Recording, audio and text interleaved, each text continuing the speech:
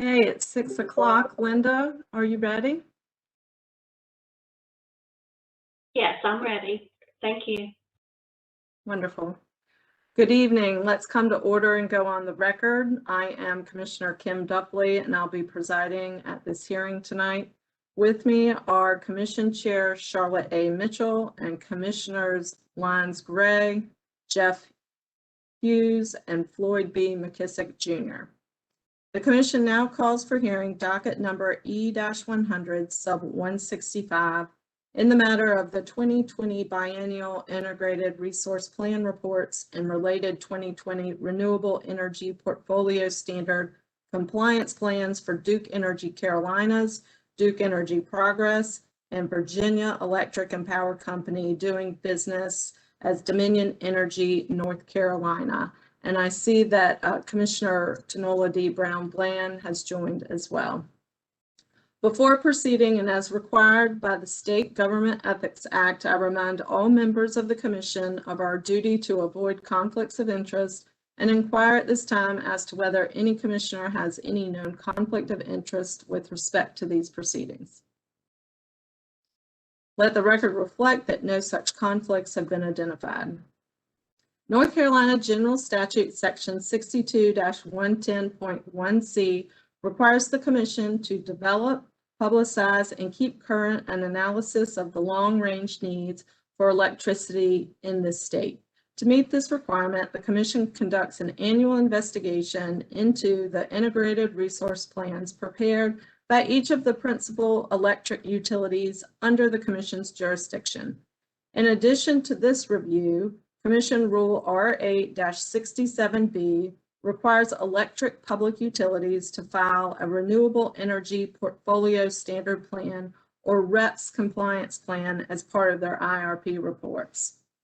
Integrated Resource Planning, or IRP, is intended to identify those electric resource options that can be obtained at the lowest cost to ratepayers, consistent with safe, adequate, and reliable electric service.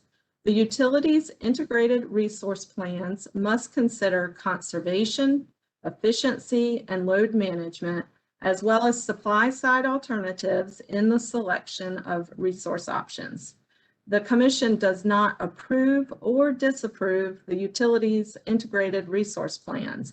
It takes them into consideration in its own long-range plan for electricity service in North Carolina, and also in its determination of applications for certificates of public convenience and necessity to construct new electric generating facilities, and in other proceedings where approval of utility programs or investments is required.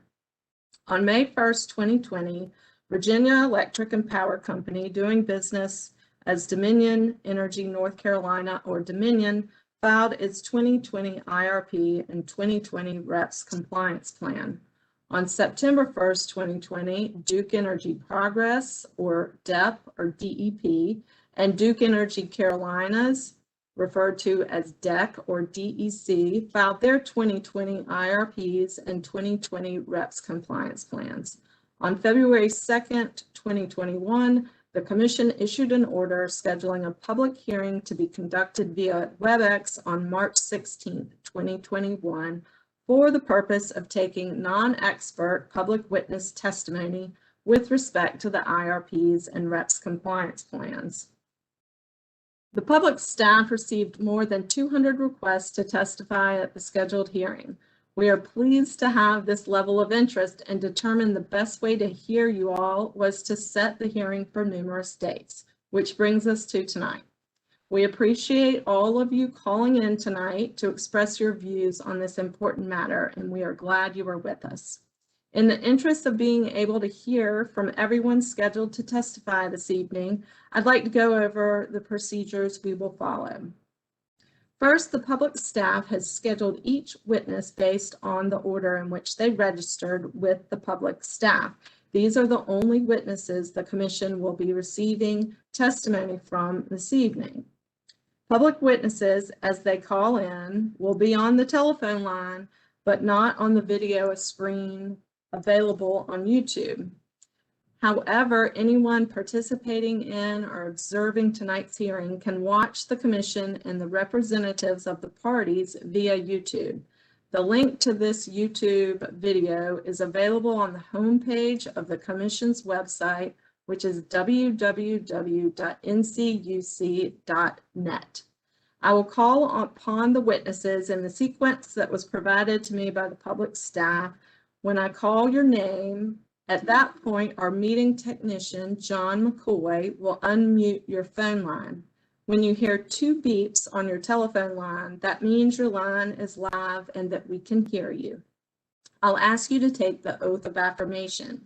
We will not be asking witnesses to swear on the Bible because we cannot make one available to you, and for consistency purposes, we will affirm all of the witnesses tonight. After you take the oath, we can save time if you'll please do 3 things before you start your statement. It's first, state your name, your address, and your electric provider, and then you can immediately go into your statement. If you forget, either the public staff or I will ask you these questions. After providing your name, address, and electric provider, you may proceed to make your statement. You will have 5 minutes to present your testimony. Due to the number of witnesses we have, you should not go beyond your allowed time. Commissioner Brown Bland will be keeping time tonight. Is that correct, Commissioner? Wonderful.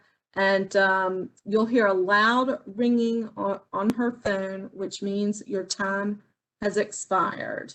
So if you have something that you want to say that you believe has already been said by an earlier speaker, you may simply refer to that testimony and say you support the earlier speaker. That will cut down on repetitive testimony. You'll be speaking to the commissioners, whom you'll be able to see via this YouTube link. And after your statements, the commissioners and attorneys for the parties will be given an opportunity to ask you questions. So please do not hang up your line until I've let you know whether the commissioners or any party has a question for you. When you've completed your statement and responded to any questions, your phone line will be muted again, and you're free to disconnect if you wish to do so. And I encourage you to follow along on the YouTube channel. If you're watching the hearing on YouTube and you're also connected via your telephone, please remember to turn down your computer audio or put it on mute to avoid feedback on the telephone line. I now call upon counsel for the parties to announce their appearances for the record, beginning with the utilities. Thank you. Members of the Commission, Robert Kaler appearing on behalf of Duke Energy Carolinas and Duke Energy Progress. Thank you, Mr. Kaler. Appearances from the public staff.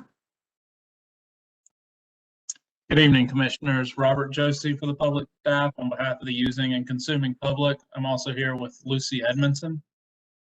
And appearances from the Attorney General.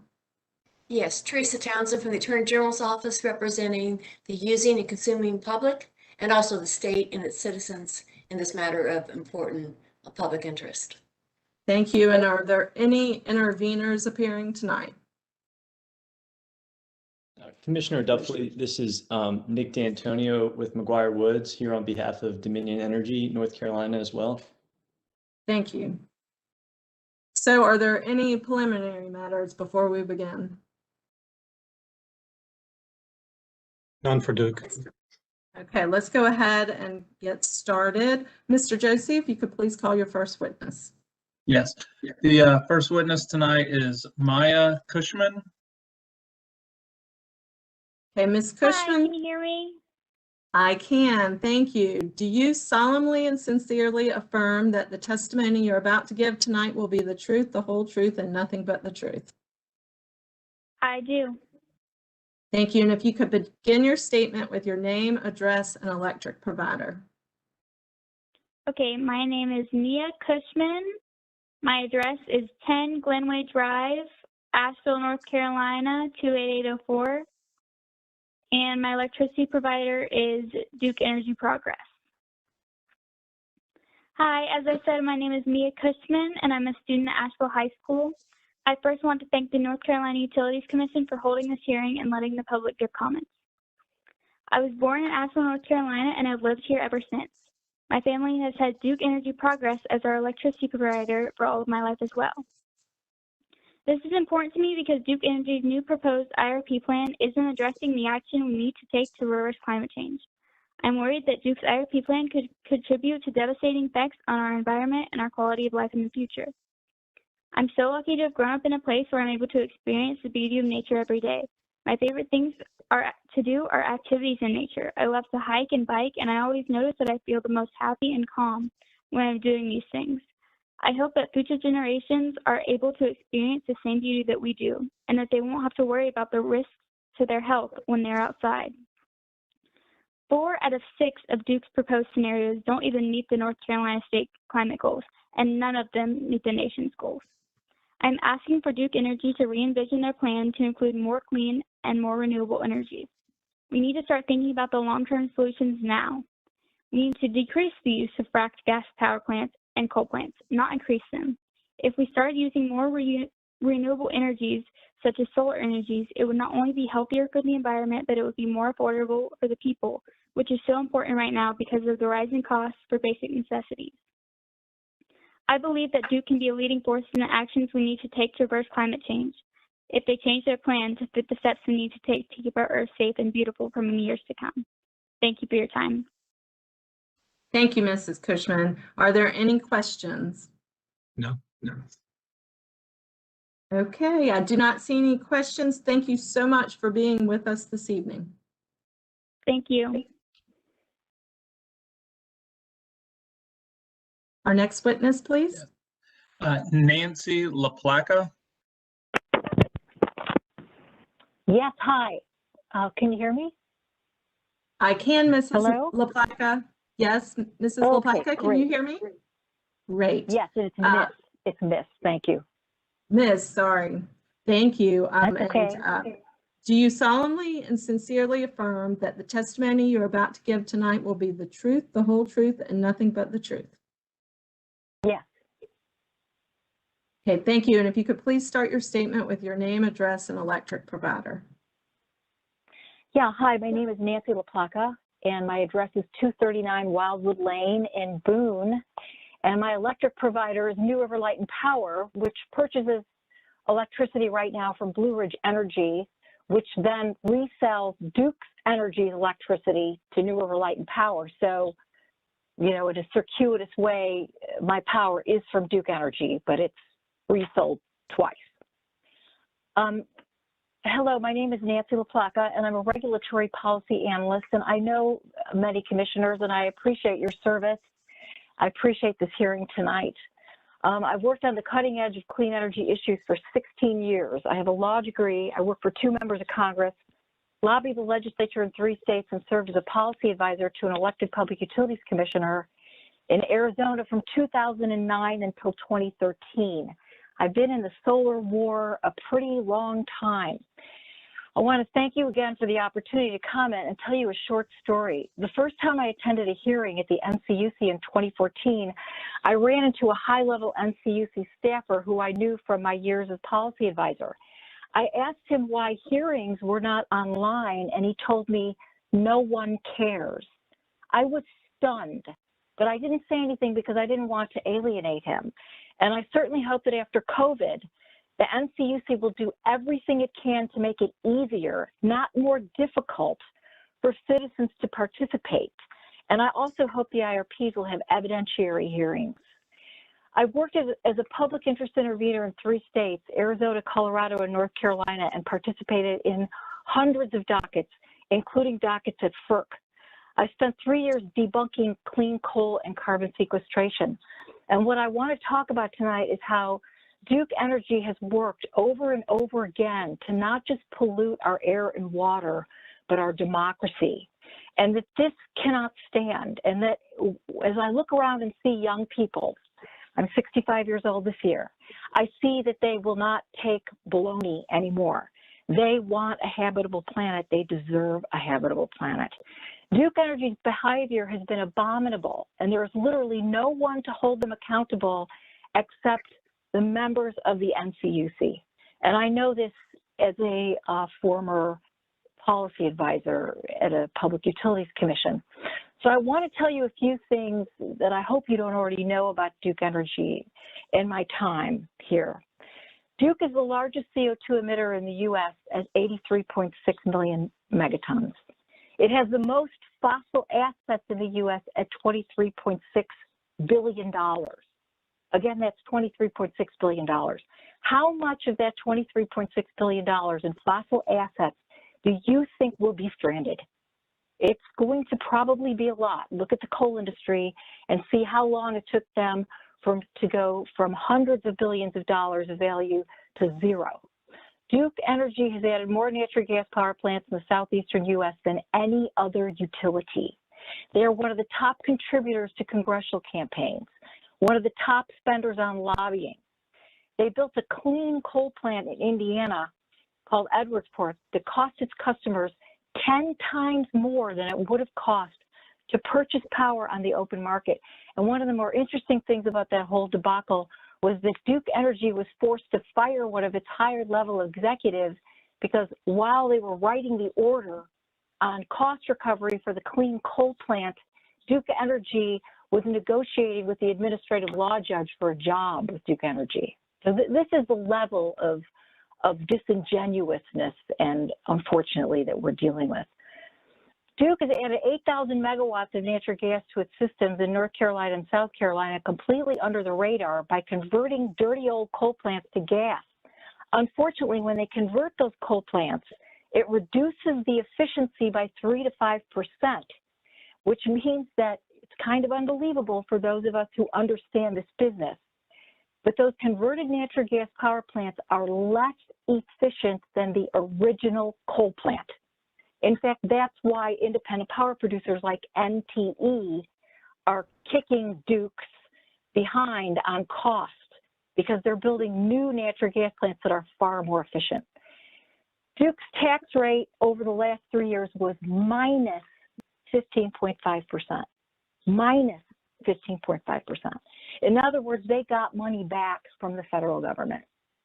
Duke Energy spends $80 million a year on public relations.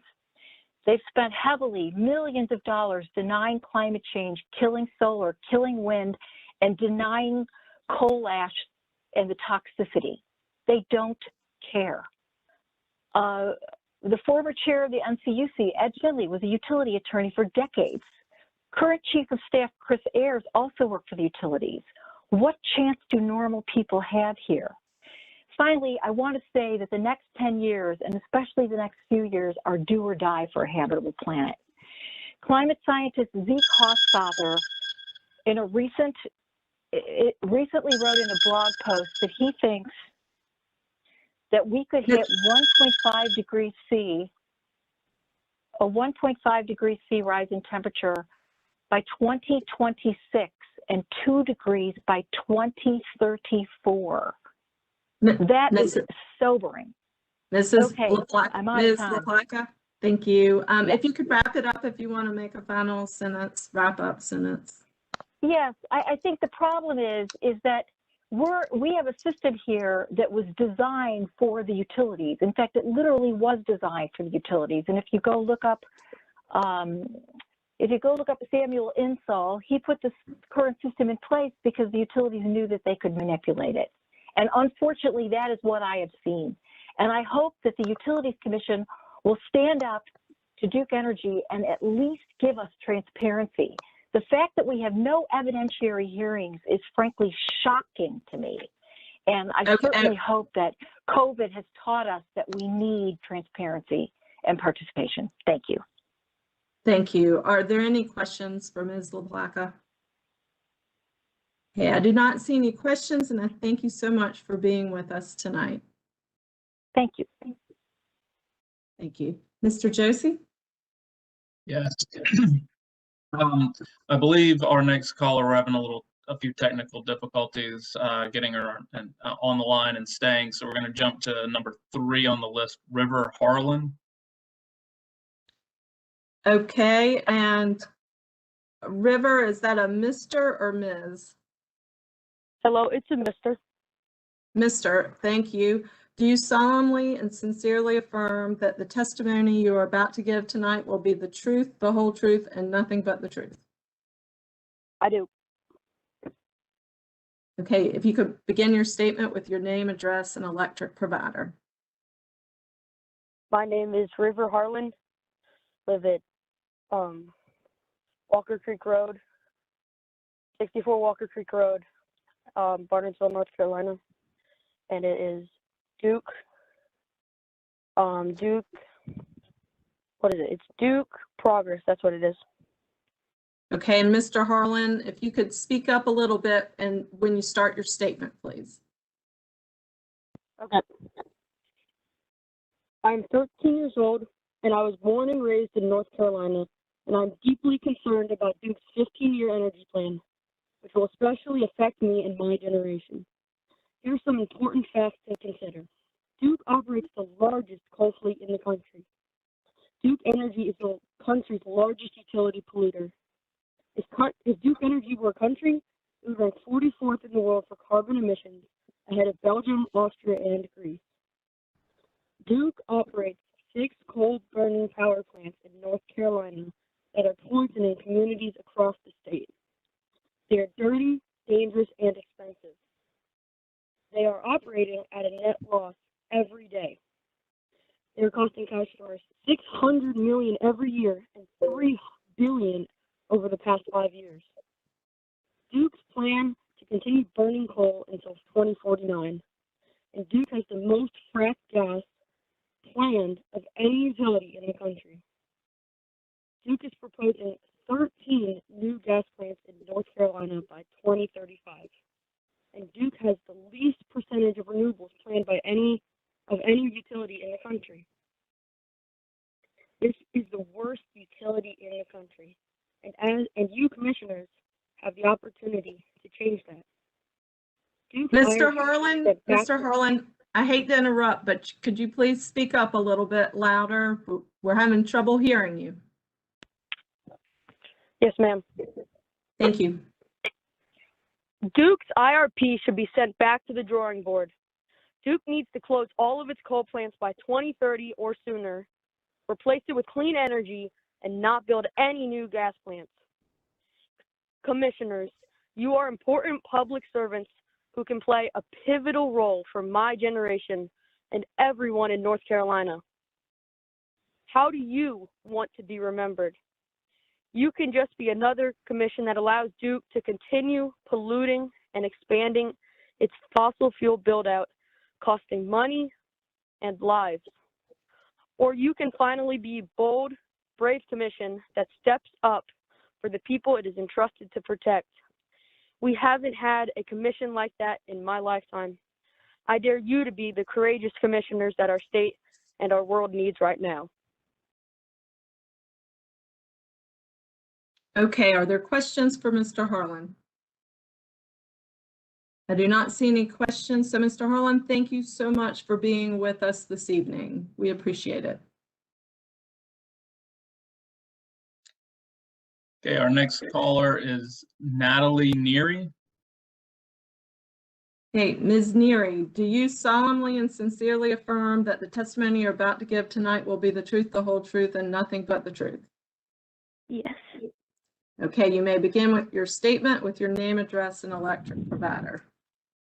Okay. My name is Natalie Neri. My address is 6 Marlborough Road, Asheville, North Carolina, 28804, and my energy provider is Duke Energy Carolinas. As you know, my name is Natalie Neri, and I am a freshman at Asheville High School, as well as a lifetime resident of Asheville, North Carolina. This is a beautiful city full of so many natural wonders, and I enjoy spending my time playing sports in the beautiful environment that we have. However, it has come to my attention that Duke Energy has plans to continue burning natural gas as its main source of energy, as well as to continue to spread myths about the pricing and benefits of burning these non-renewable resources. Fracked gas has never been and will never be the most sensible option for North Carolinians if we want to slow the devastating effects of climate change and keep our area clean and safe for everyone. Instead, Duke Energy must halt these unnecessary investments in high-cost fossil fuel technologies and keep costs low for customers and for the environment. In addition to this, Duke should retire all of its coal plants in the near future, close at least half of the coal fleet by 2025, completely halt its use of coal for energy in 2030, and make plans for the transition to renewable sources of energy, such as solar energy.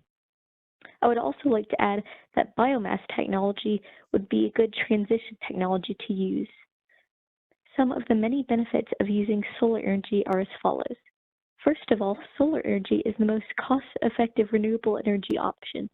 If North Carolina were to increase its dependence on the source, cost to ratepayers would drop tremendous amounts. Secondly, doing so would slow the effects of the climate crisis in North Carolina, create more jobs in the renewable energy sector, and avoid steep rising prices that would cost Duke Energy many valuable customers. Duke Energy must take steps to make renewable clean energy an option for North Carolina. The world is changing, and the values of Duke's customers are changing too. Duke must change along with it or be left behind. All of the overwhelming evidence supporting renewable energy is there, and making the change will benefit Duke as well as its customers. The only thing left to do is make it. I promise, switching towards renewable energy is an investment Duke Energy won't regret. Duke Energy has the power to make a change that will positively affect the climate, the citizens of North Carolina, and the future of all generations, both now and in the future. I passionately care about the future of my generation and future generations, and I need Duke Energy's help to make our dreams a reality. Please help me secure our futures and help us work to a better, cleaner, and safer world for everyone. Thank you for your time. Thank you. Are there any questions for Ms. Neary? Okay, seeing none, thank you so much for testifying tonight. Okay, our next caller is Reverend Dennis E. Testerman. Okay, Reverend Testerman, do solemnly and sincerely affirm that the testimony you are about to give tonight will be the truth, the whole truth, and nothing but the truth?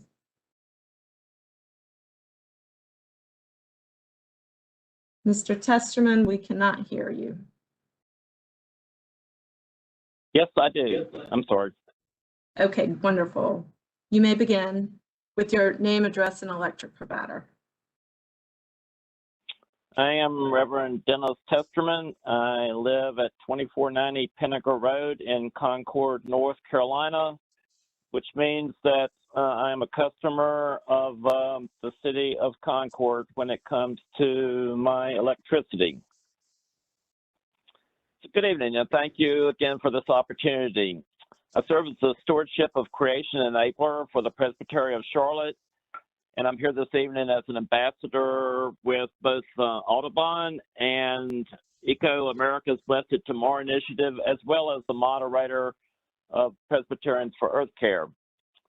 Yes, I'm on the Presbyterian branch of the Reformed side of the Christianity tree, and for those of you who are students of early American history, Presbyterians were on the front lines of the American Revolution. I'm in the ranks of modern-day Presbyterians and other people of faith and people and so-called nuns who are calling for independence from fossil fuels. All social, economic, and environmental problems associated with extracting, processing, transporting, and disposing are related to our dependence on gas, coal, and oil. I'm the first generation that's born off of a farm that's been in my family since 1789. At that time, it was still part of the state of North Carolina, so my roots go back long in the history of North Carolina. My brother and I not only inherited the portion of this farm, but we also inherited the land ethic that has guided generations of my family's stewardship of this part of God's green earth. And before my ancestors, there were the Native Americans who held this land sacred, particularly the Cherokee. While researching to get our farm listed on the National Register of Historic Places, I came to appreciate the role of the Rural Electrification Administration in bringing electricity to our farm nearly a century ago. I can also appreciate the hard work that went into generating enough income on this mostly subsistence Cove Mountain farm in southern Appalachias to meet financial obligations, primarily taxes, but then after electricity reached the farm, to pay the utility bill. For most of my adult life, I've worked in the dual roles as a minister and a public servant in the conservation arena. My mom, who left the farm to become a public health nurse, was a guiding influence in my life, making an influence in my life work, which has been to making sure everyone that I've been able to work with is free from hunger and lives in a healthy environment. I've done that serving the church as an agriculturalist in Nigeria and Pakistan, among other places. And while serving in those two countries, frequently experienced power outages, which taught me not to take the blessing of electricity for granted. But as a person of faith, I also recognize that there is too often a curse associated with the utilization of natural resources to generate electricity. When I was a seminary student preparing for my ministry here in North Carolina, PCBs were in the news back in the 80s. This was in part due to unscrupulous companies who were illegally dumping them in the dark of night along roadsides of poor Black communities in rural Warren County. Former Congresswoman and prominent Presbyterian leader Eva Clayton rose to prominence in part for her environmental justice leadership in her native Warren County. In the interest of full disclosure, I am a Duke stockholder. I inherited the stock that my mother owned when she passed away. But I consider tonight one of my rare opportunities when I feel like I have a voice, since Duke shareholder meetings, stockholder meetings are now all done by video conference. I have largely tonight repeated remarks that I made in January of 2000 at the public hearing in Charlotte on a rate increase. And I did that intentionally because those comments I think are still relevant. And for that reason, I have not gotten into the details of the IRP this evening. I want to close with words from the book of Genesis, scriptures sacred to my tradition, the 2nd chapter and the 15th verse, which admonish us to recognize that we're put on this earth to serve and preserve God's creation. And in this case, I am making the case that we need clean and renewable energy for now and for the future, so that all can benefit from the blessings of that utility. Thank you very much. Thank you. Are there any questions for Reverend Testerman? Seeing none, thank you so much for sharing your views with us tonight. Our next witness is Rachel Robinson. Hello? Hey. Yes, Ms. Robinson, do you solemnly and sincerely affirm that the testimony you are about to give tonight will be the truth, the whole truth, and nothing but the truth? Yes, I do. Thank you. You may begin with your name, address, and electric provider, please. All right. Hello, my name is Rachel Robinson. My address is 255 Barnard Avenue, Asheville, North Carolina, 28804, and Duke Energy Progress is my electricity provider. All right. I'm a student at University of North Carolina at Asheville, and I want to thank the North Carolina Utilities Commission for holding this hearing so our voices can be heard. I first want to say how impressed I am by all the young people on this call and other calls that I've been tuning into. I echo their love for the natural world in North Carolina and their fears for its future. I'm worried about the impacts that this plan could have on myself and the communities I hold dear to my heart. I encourage the North Carolina Utilities Commission to tell Duke Energy that we deserve a better plan for our communities. This plan should include more renewable energy so that our air is cleaner, there are more sustainable jobs, and energy is affordable to all. This plan should not include any additional fracked gas plants. Any additional infrastructure being built should be done so with resilience and long-term benefits in mind. I also think this plan should be more people-centered, ending utility shutoffs for ratepayers, especially during this COVID crisis. Duke should be prioritizing equitable and affordable access to energy for all, and the way to do this is through renewable energy. There's a reason so many people have signed up to speak about this plan. Since we're the ones paying for energy and subject to its health and environmental consequences, we're the ones who should decide where that energy comes from. I ask that the North Carolina Utilities Commission tells Duke to create a new plan that outlines a shift to renewable energy in order to prioritize the health of North Carolina communities, add good long-term jobs, mitigate our negative effects to our environment, and ensure equitable and affordable energy for all. I'm optimistic about the good things that this plan could allow Duke to do for the state of North Carolina, to be a leader in resiliency, sustainability, and putting our people first. Thank you for your time. Thank you. Are there any questions for Ms. Robinson? Seeing none, thank you for coming out and testifying tonight. All right, thank you. Our next caller is Pat Moore. Yes, hello. This is Patricia Moore. Oh, I need to swear first. I do. Yes. Thank you, Ms. Moore. Do you solemnly and sincerely? Thank you. Do you solemnly and sincerely affirm that the testimony you are about to give tonight will be the truth, the whole truth, and nothing but the truth? I do. You may begin. I have lived in Charlotte for 82 years, always been a Duke customer. Ms. Moore, I'm sorry. Yes. Ms. Moore, can you hear me? Yes. Yes. Could you please begin with your name, address, and electric provider?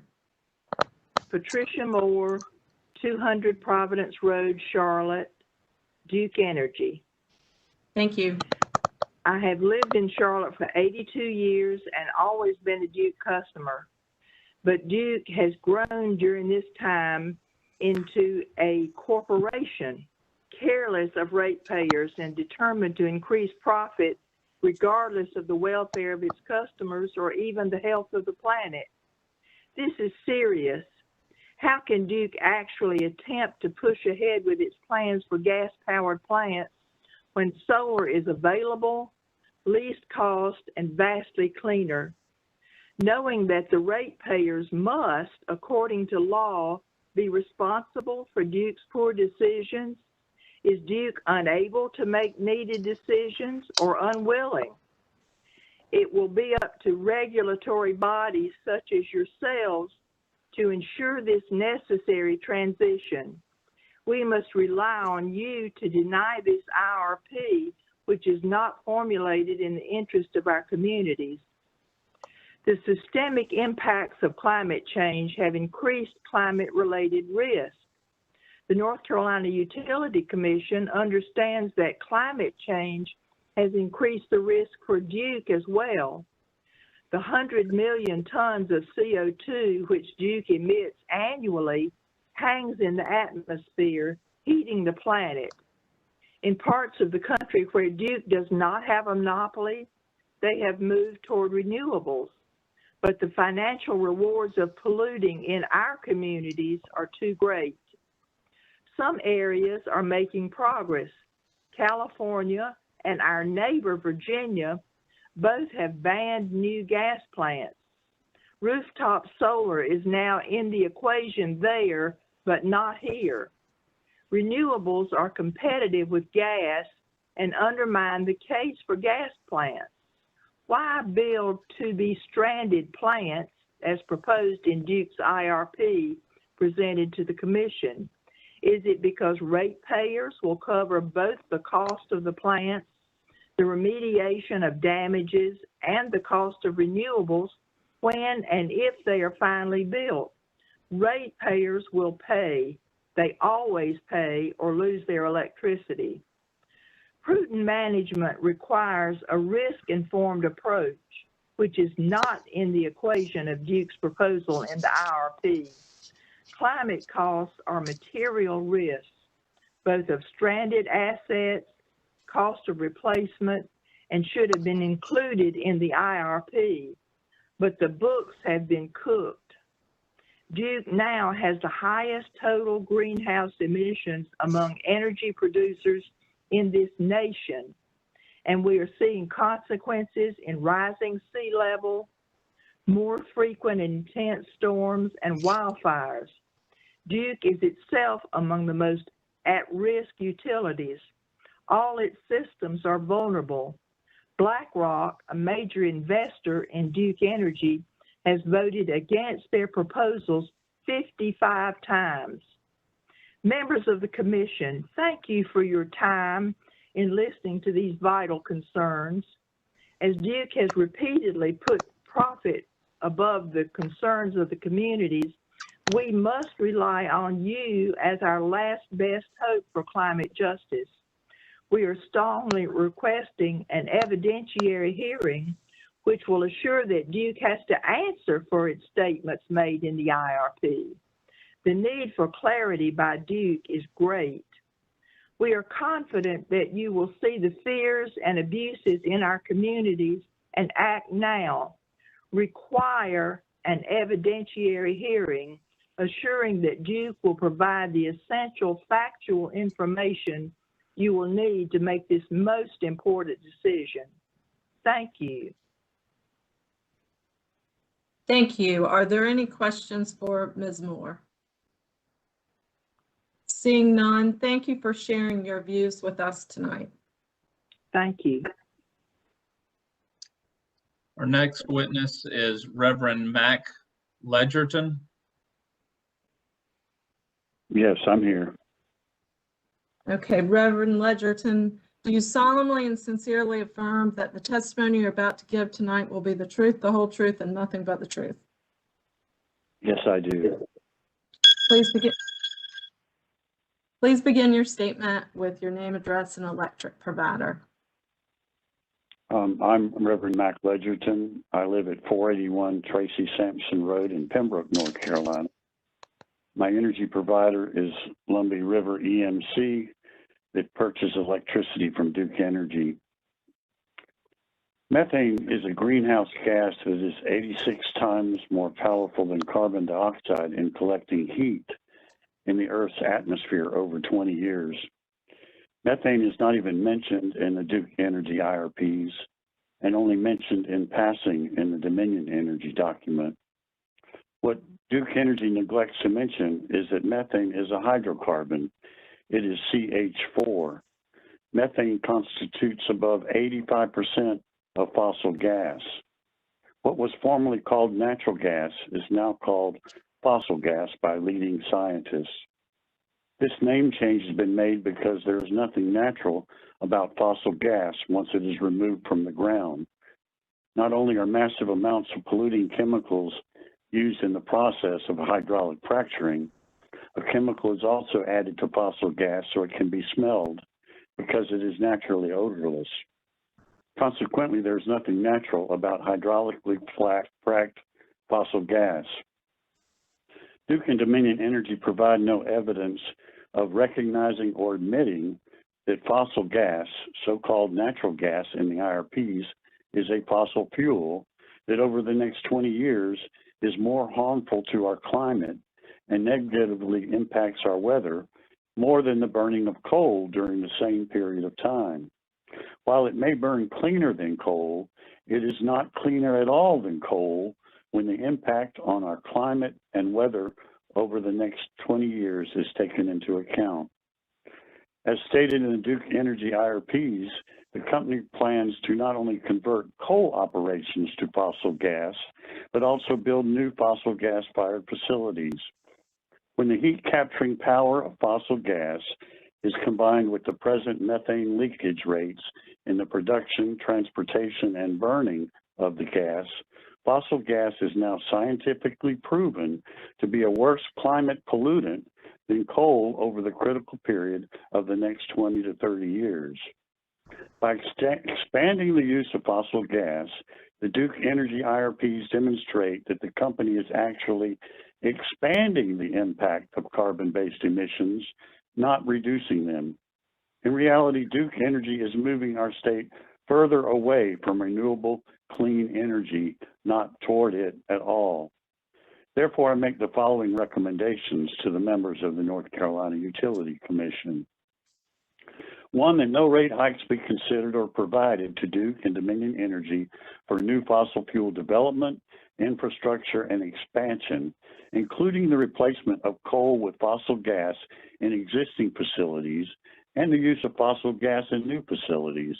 Such a decision will not stop Duke Energy from expanding the use of fossil gas, but it will ensure that we as customers and consumers are not bearing the cost and burden of what is actually a bad business practice with no consideration of its short-term impact on our climate and weather and its long-term economic impact of billions of dollars of stranded assets and infrastructure as the use of all fossil fuels decline.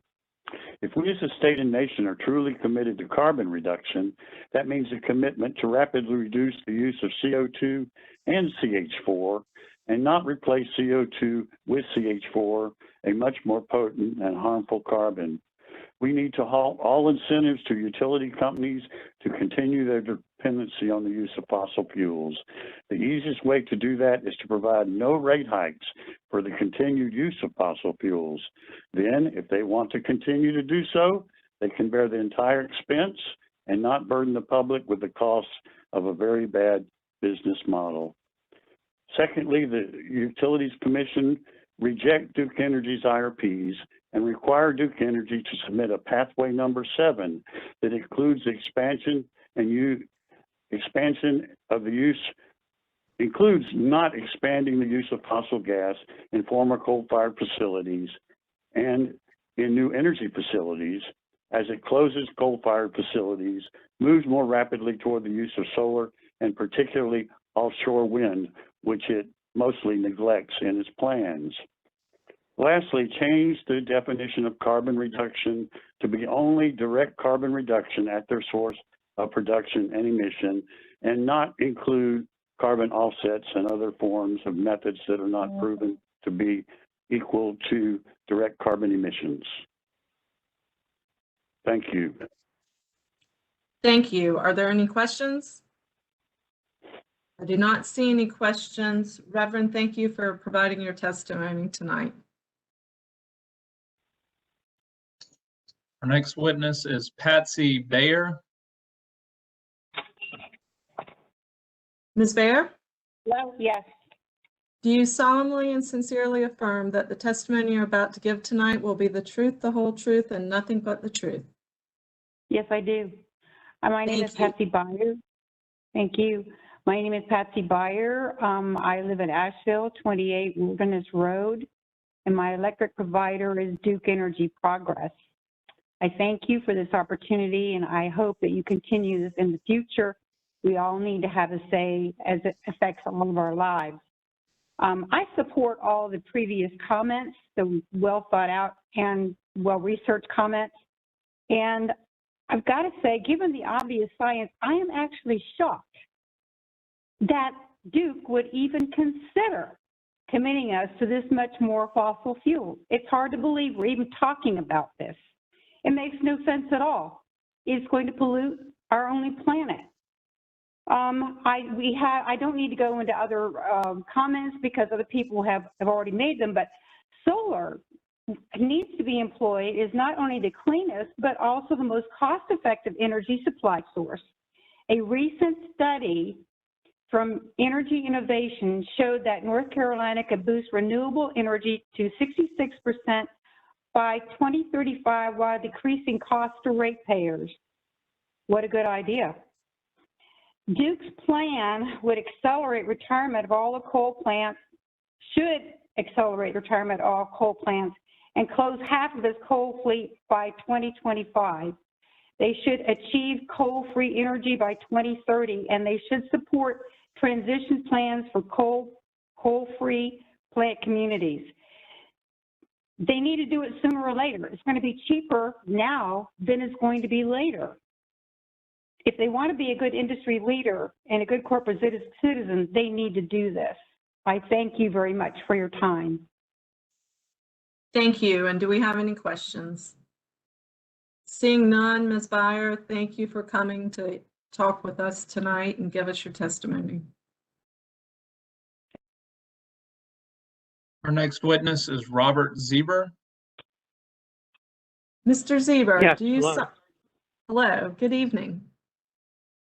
Do you solemnly and sincerely affirm that the testimony you're about to give tonight will be the truth, the whole truth, and nothing but the truth? Yes, I do. Wonderful. Robert Zieber. Okay. Robert Zieber on Haywood Road in Asheville. Duke Energy Progress is my energy supplier. You may proceed. I thank the Utilities Commission for this opportunity to speak. I hope that we will have in-person hearings further on when we're able to do that. First thing, I would echo many of the previous comments. I agree with most of them, so we'll skip over that part. I would point out that I'm a registered electrician in North Carolina, so I'm happy to see electricity still being available for us to use. It's reliable and relatively inexpensive, but that doesn't mean we should be paying more than we should for it. And I think that's part of your job, is to make sure we are paying a fair and reasonable rate for the electricity. I wanted to start out with referencing a Duke Energy white paper that came out. It was entitled Winter Peak Analysis and Solution Set, and it came out in December of 2020. And one of the topics in there was DSM programs, the demand side management programs that are available. And I would point out that as an electrician, when I go out to a job and want to install a new service or do an upgrade on a service, I try and sell that program to the customers that I'm working with, but I don't think Duke's really doing that on their end. It would be really helpful for the commission to think about making those load management options an opt-out program so that Duke is able to put in those devices on new installations or old installations at their choice to work on shifting load when it's necessary. That provides better system reliability and stability if they can shed load, and it reduces the peaks. We've heard a lot about flattening the peak over the last year. That same concept applies to electricity in its production and dispatch throughout the day. It would be great to have more demand side programs out there. With the rollout of smart meters everywhere, it's fairly easy to figure out where those instruments could be installed, where the demand side management equipment could be placed, what the best place to do that would be given the load that these different customers have. Following on from that topic, in my opinion, I don't think Duke or the commission are aware of what's going to happen when electrification of transportation really rolls out. There's going to be a huge shift both in demand and when that demand happens throughout the day. And I think that a lot more work needs to go into making sure that the utility is able to handle that load in a reasonable manner. I'm in Western North Carolina today, and I can tell you I was out at a gas station today helping direct some traffic. There's a lot of people out there that wish they had electric cars today because there was no gas available. I would also encourage the Utility Commission to hold more public information sessions that might not be actual hearing sessions or public hearings as it is, but just some more public sessions to get the word out about what's out there. Here in North Carolina, we have the Land of Sky Regional Council. They've had lots of meetings on electrification, things we could do, workshops, things to do to get electric vehicles more available to people, and particularly with charging stations. And I know Duke has a few programs, test programs in other states right now. I think they should be encouraged to do more of that, because every time they do one of those projects, they're gathering more data. And finally, I think they should be encouraged to do more projects with battery storage and other types of energy storage, coming back again to the idea of flattening out those peaks and having those systems integrated with solar and other renewable resources so that in the middle of the night, they can draw on those power resources. And I thank you for your time. Thank you. Are there any questions? Chair Mitchell. Thank you, Commissioner Duffley. Quick question for the witness. He mentioned public information sessions. Can you help me understand what kind of information do you think it would be helpful to hear from us? What kind of information do you want to hear or need to hear from us? Well, I think a session that dealt with a little bit of a history to start out with of where Duke Power is coming from, and the idea of what Duke's actually doing to integrate its solar programs into its demand mix. I think part of the problem is that the solar and the other things I mentioned, like the demand side management programs, Duke has those programs, but I don't think they're really advertising them as best they could. I don't think there's as much penetration of the market as you could get. And again, I think if people were required to opt out of those programs, that would be an opportunity to install more of those devices. I know we have had meetings in North Carolina where folks come. We've had Duke Power representatives there, and they've been really helpful to folks in understanding what Duke's doing. And I think that Duke could initiate some of those meetings and see how it goes. I mean, they've got to get out in the public and sell themselves a little better than they have been. And I think it gives them an opportunity to talk to the public and to present their side of the story. Okay, thank you for that response. I have nothing further, Commissioner Duffley. Thank you. Any other questions? Okay. Thank you. Seeing none, Mr. Zeber, we appreciate an electrician's perspective, so thank you for testifying tonight. Thank you. Our next witness is Rich Wash. Hello. Mr. Wash, hello, good evening. Do you solemnly and sincerely... Mr. Wash, can you hear me? Yes, I can. Can you hear me? I can hear you. Thank you. Do you solemnly and sincerely affirm that the testimony you're about to give tonight will be the truth, the whole truth, and nothing but the truth? I do. If you could begin your statement with your name, address, and electric provider, please. Thank you. My name is Richard Wash. I live at 7 Patton Avenue in Asheville, North Carolina, 28801. My utility provider is Duke Energy Progress, and I thank the Utility Commission for allowing our statements. Coal plants simply have to be retired earlier. We don't need more fossil fuel plants. Many others have spoken and will speak about the cost folly of keeping coal plants going and the imperative investing in clean energy. Something happened today, kind of similar to what Robert Zeber just talked about, that was unplanned. And I thought I would add it to my testimony at the beginning. I just returned from some errands and shopping in my Tesla. Along the way, every gas station was out of gas. The cyber attack on the pipeline has exposed a shocking choke point in our energy infrastructure. I got home and I plugged my Tesla in to bring myself back up to a range of 250 to 300 miles.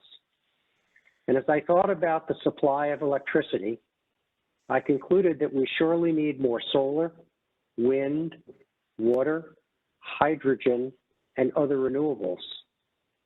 I also thought about the vast battery storage that is going to be available as people move rapidly to electric vehicles.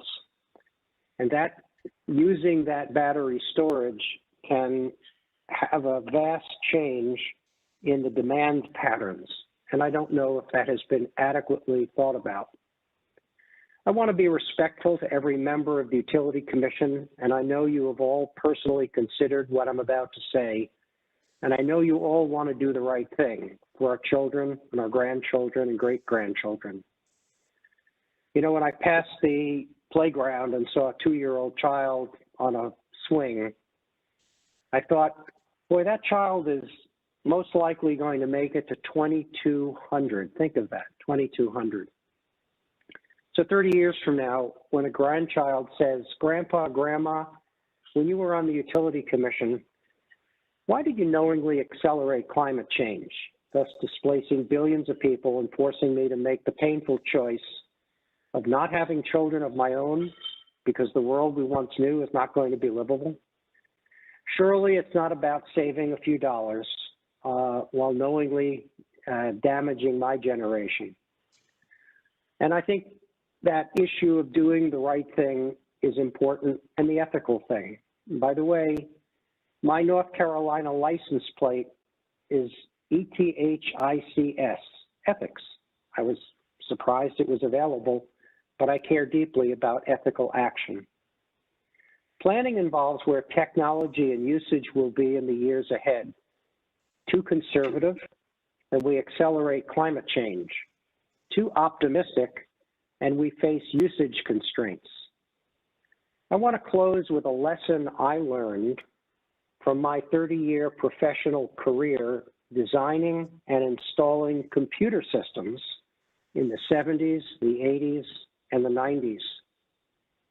Every computer system we designed and installed would not have worked on the technology that was available at the time the project started. But we knew that technology would get faster with more storage. We planned for the advancement, and we built systems accordingly to take advantage of the capability we expected and knew would be available. Your risk as a utility commission isn't assuming too much technological advancement. It is planning based on the assumptions which are not bold enough.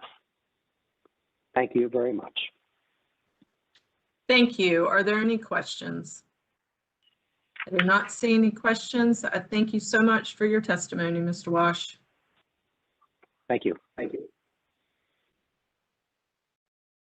Our next witness is Reverend Dr. James Cabal Komoto.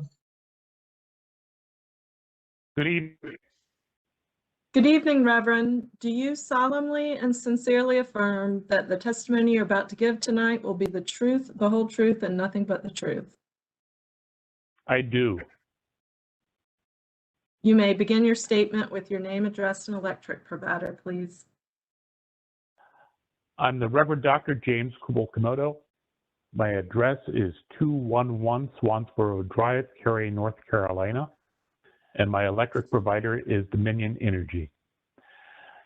As I said, I'm a resident of Cary, North Carolina, but the lead minister of the Unitarian Universalist Congregation of Raleigh, a congregation of more than 500 adults, youth, and children serving all of Wake County.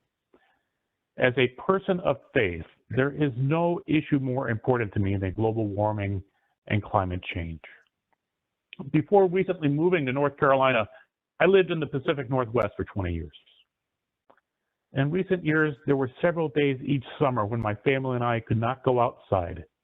And this was because of the smoke. It's a situation that has likely been exacerbated by climate change. All over the country, people are suffering the adverse effects of weather. The immigration and refugee crisis in this world is facing is also exacerbated by climate change. The congregation I serve takes this issue so seriously. Recently installed solar panels on its roof to reduce its carbon footprint. I see people doing their part. I urge the members of this commission to do your part. I urge the members of this commission to take this issue seriously, to make carbon reduction a higher priority, and to require more ambitious goals for carbon reduction for all of our state's utilities. I want to have to stay inside again because it is unsafe to breathe outside. I thank you for your service, and I thank you for your time. Thank you. Are there any questions? Reverend, we thank you for being with us tonight. Good night. Our next witness is Rishi Simha. Hi, this is Rishi. Can you hear me? I can, thank you. Do you solemnly and sincerely affirm that the testimony you're about to give tonight will be the truth, the whole truth, and nothing but the truth? I do. You may begin with your name, address, and electric provider. Awesome. My name is Rishi Simha. I live at 227 Mabley Place, Cary, North Carolina, and my electricity provider is Duke Energy Progress, I believe. I do want to underscore all the things that have been said so far, and I want to thank you for the opportunity to speak. Growing up, I remember fidgeting while sitting cross-legged during Sunday school. I'd recite prayers thousands of years old, like the Guru Stotram, which instilled a profound respect for teachers as core to my being. Yet as I continued to grow up, I couldn't help but notice this value, respect for teachers, missing in the world around me. Every science teacher I've ever had, from Mr. Basham in 9th grade Earth Science at Green Hope High School to Dr. Gary Bernstein, renowned astronomer and tenured physics professor at the University of Pennsylvania, has made it abundantly clear that climate change is happening and that it's caused by humans. What's more, for over a decade, we've also known that the technology to address climate change already exists. Nevertheless, through our actions, we continue to disrespect Mr. Basham and Dr. Bernstein and countless others, the very people we are supposed to revere.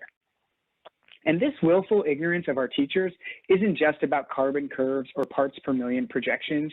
It's about real human impacts right here in North Carolina and across the globe. Take sea level rise. Creation Justice Ministries, an ecumenical community building organization, has a map on its website that shows the thousands of Christian congregations on the East Coast that will be underwater with 0 to 6 feet of sea level rise. A real possibility in the coming decades, given our current climate trajectory. And that tool doesn't even count the Jewish or Muslim or other places of worship, let alone the local grocery stores and schools and parks that could be submerged. There's also wildfire smoke, which the person just spoke about. And I've personally experienced this during a stint in the Bay Area.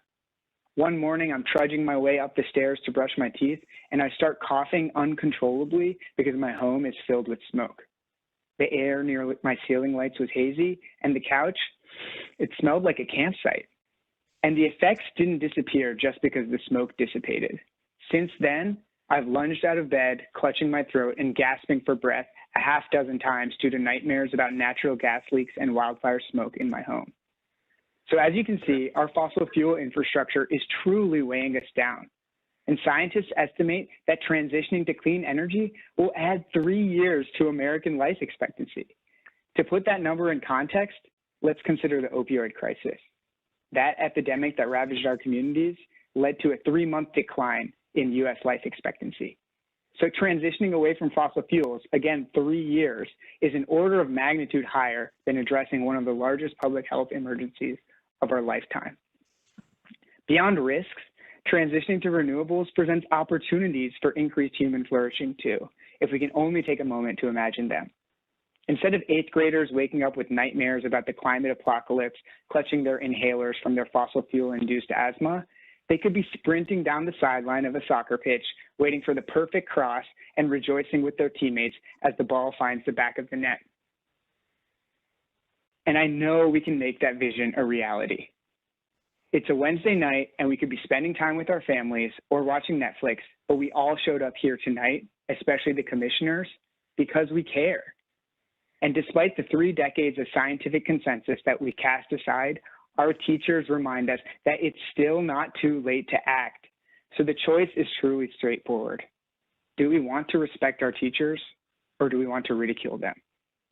Because right now, this IRP put forward by Duke and even the Dominion one too is a slap in the face to every single science teacher I've ever had.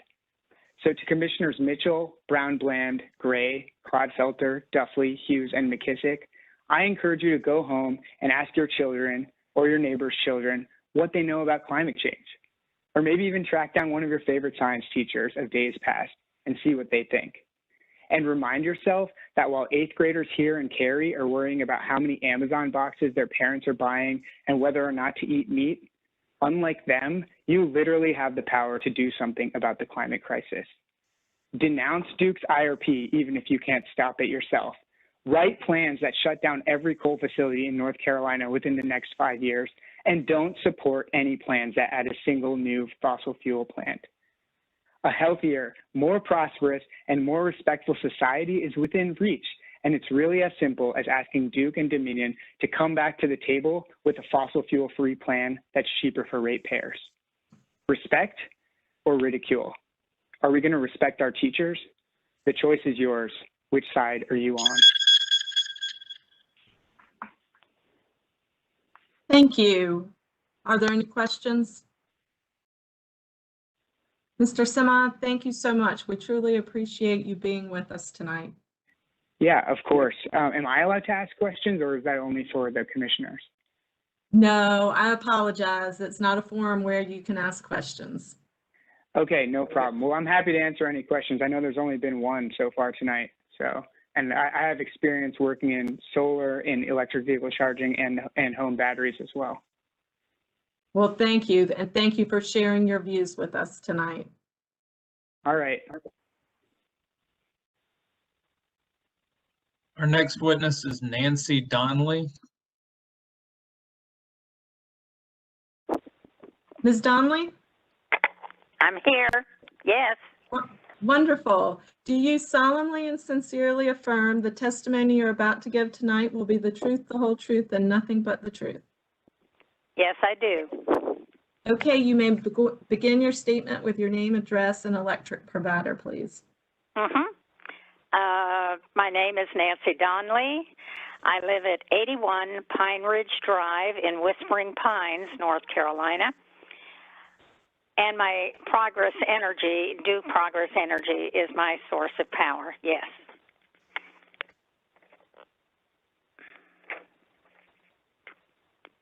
You may proceed. Okay.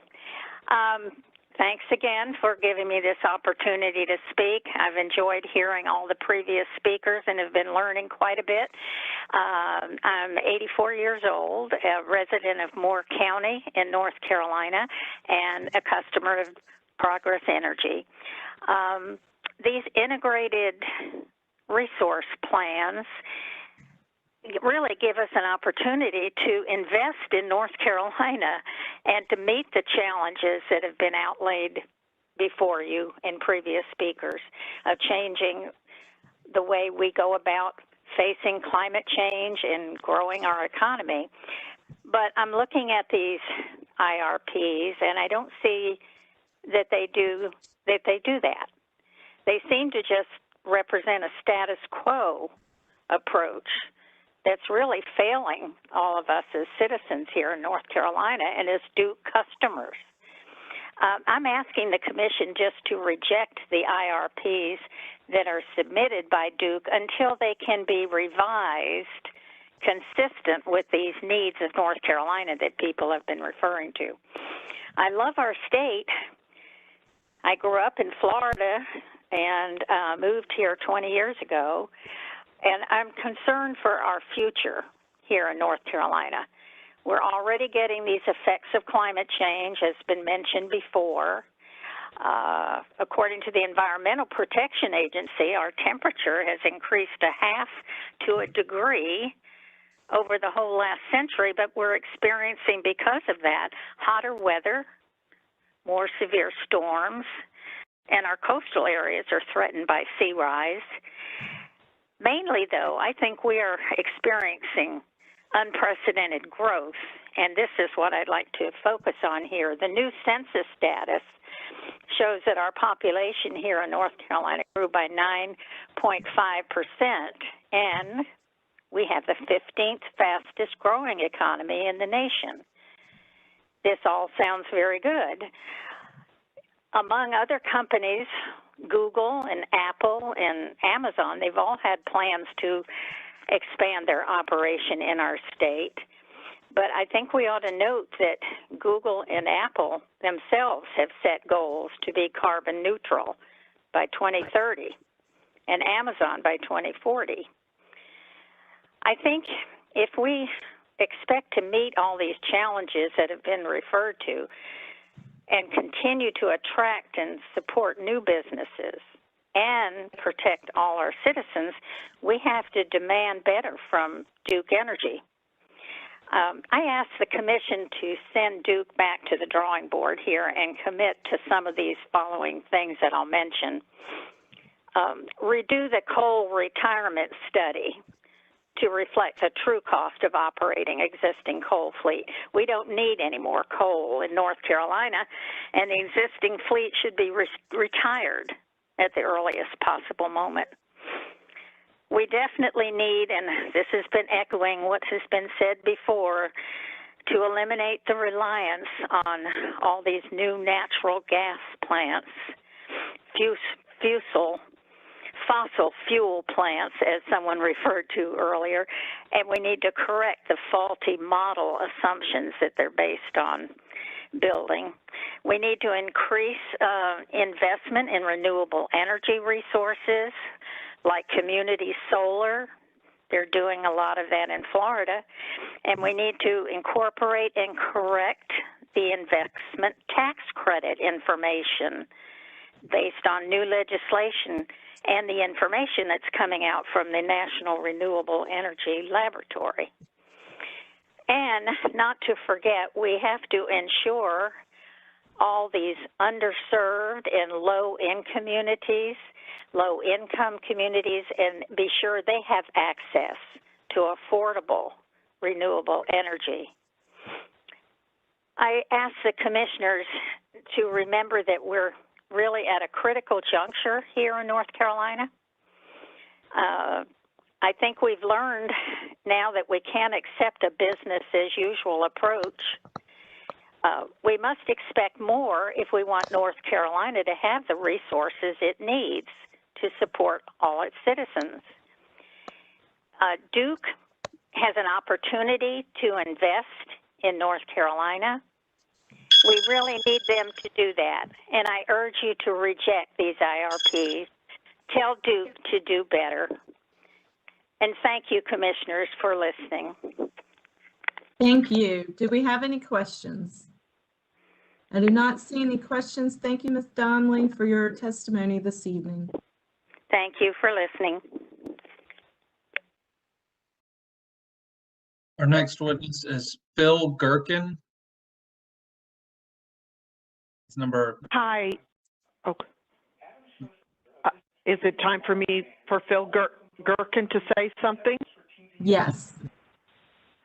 Good evening. My name is Gherkin. Hold on. Let me get you sworn. Let me get you sworn. Do you solemnly and sincerely affirm that the testimony you're about to give tonight will be the truth, the whole truth, and nothing but the truth? Yes, I do. Okay, and if you could please begin your statement with your name, address, and electric provider, please.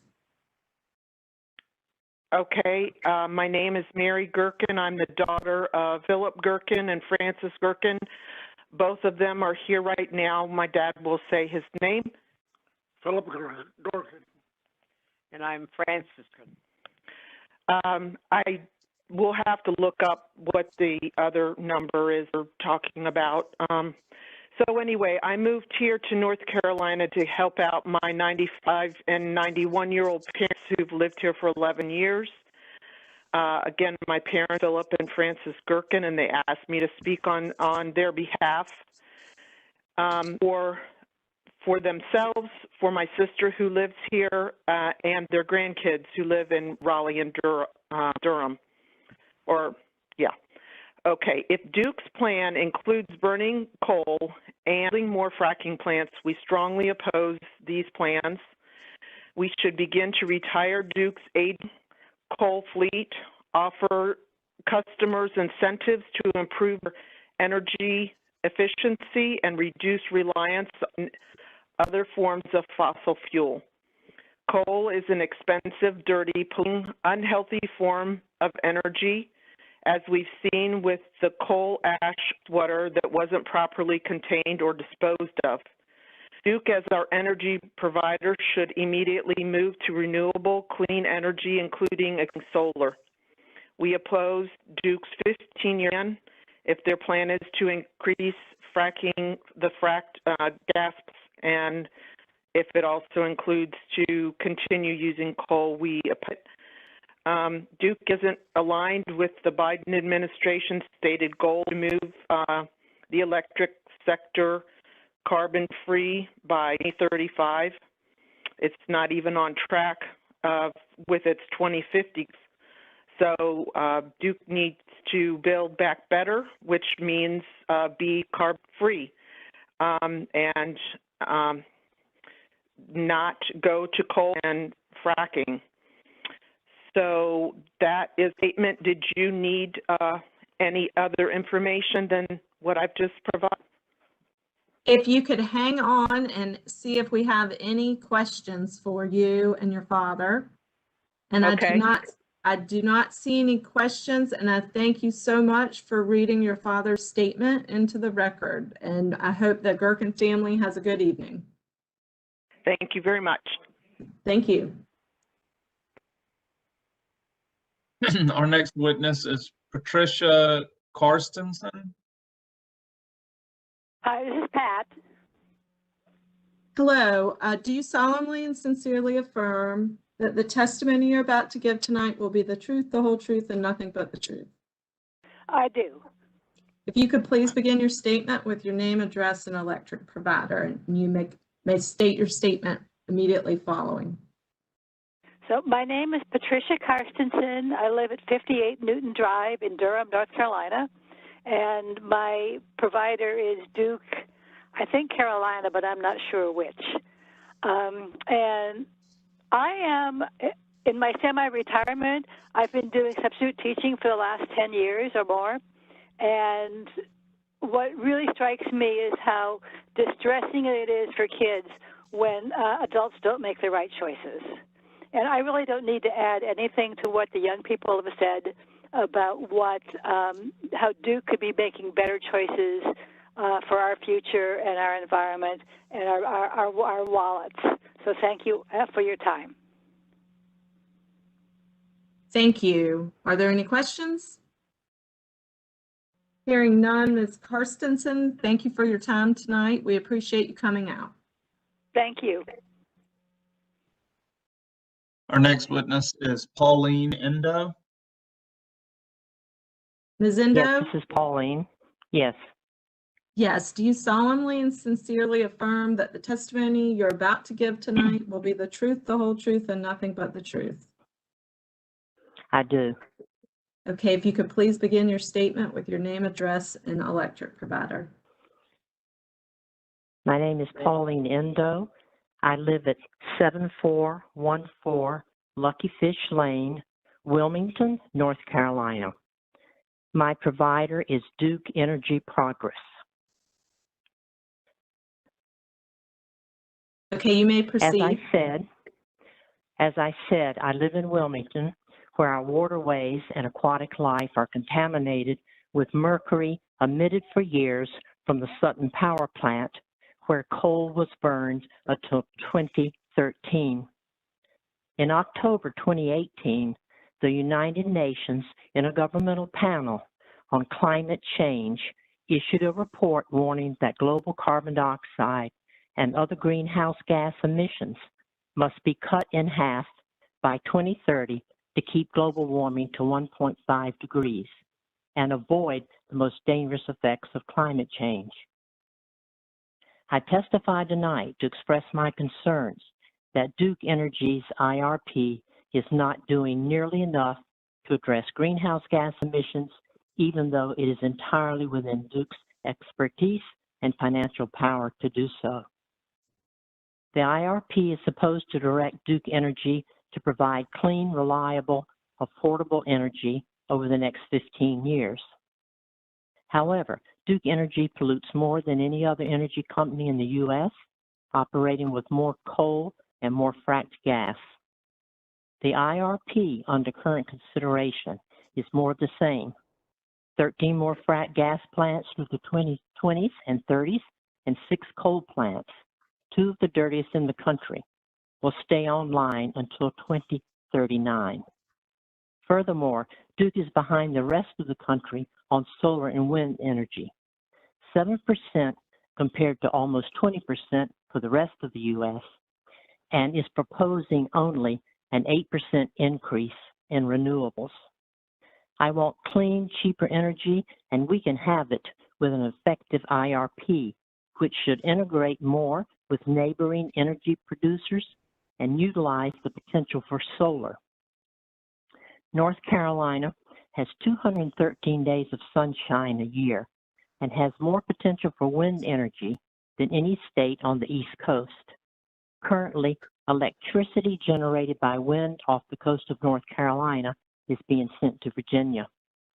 The IRP should phase out coal and frack gas and remove any plans that include nuclear energy, too dangerous and expensive, and carbon capture, prohibitively expensive and still not scaled for capturing the huge CO2 emissions that we have today.